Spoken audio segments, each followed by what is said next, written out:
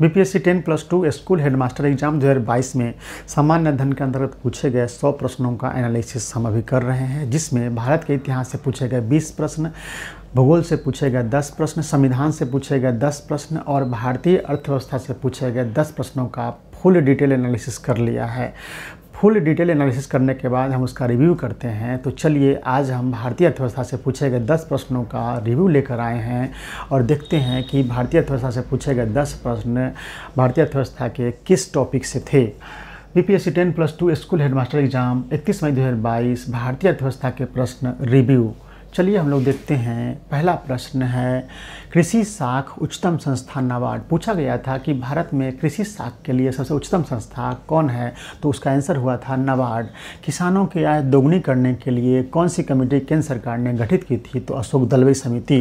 किसानों की आय दोगुनी करने का लक्ष्य केंद्र सरकार ने 2022 तक रखा था और इसके संबंधित रिपोर्ट देने के लिए केंद्र सरकार ने कमेटी गठित की थी। उसके अध्यक्ष थे अशोक दलवई जी।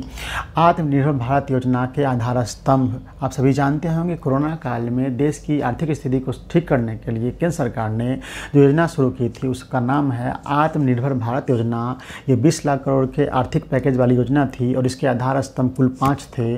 उसी से संबंधित ये प्रश्न पूछा गया था। चौथा प्रश्न पूछा गया था भारतमाला परियोजना। ये परियोजना केंद्र सरकार के द्वारा शुरू किया गया, जिसमें राष्ट्रीय राजमार्ग और बंदरगाह आदि के निर्माण और पिछड़े कार्यों को पूरा करना। और इसका मुख्य केंद्र क्या था, ये क्वेश्चन पूछा गया था। इसका भारतमाला परियोजना का मुख्य केंद्र था माल ढुलाई एवं यात्रियों के आने जाने के सुगम बनाना।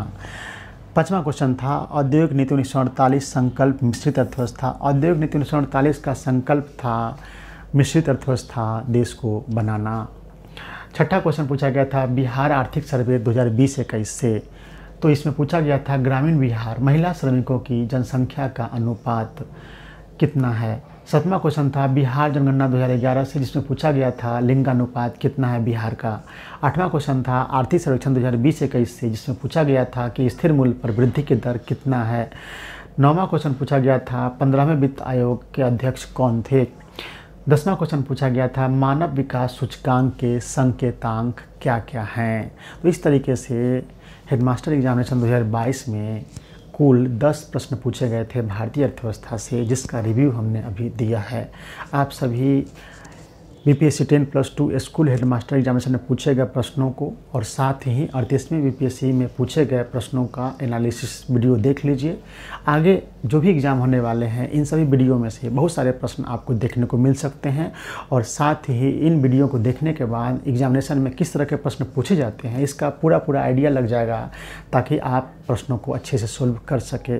तो बहुत बहुत धन्यवाद। अगर हमारा प्रयास अच्छा लग रहा है तो आप इस वीडियो को लाइक कर दें और जिन लोगों ने चैनल सब्सक्राइब नहीं किया है वो प्लीज़ इस चैनल को सब्सक्राइब कर दें। तो मिलते हैं अगले वीडियो में। बहुत बहुत धन्यवाद।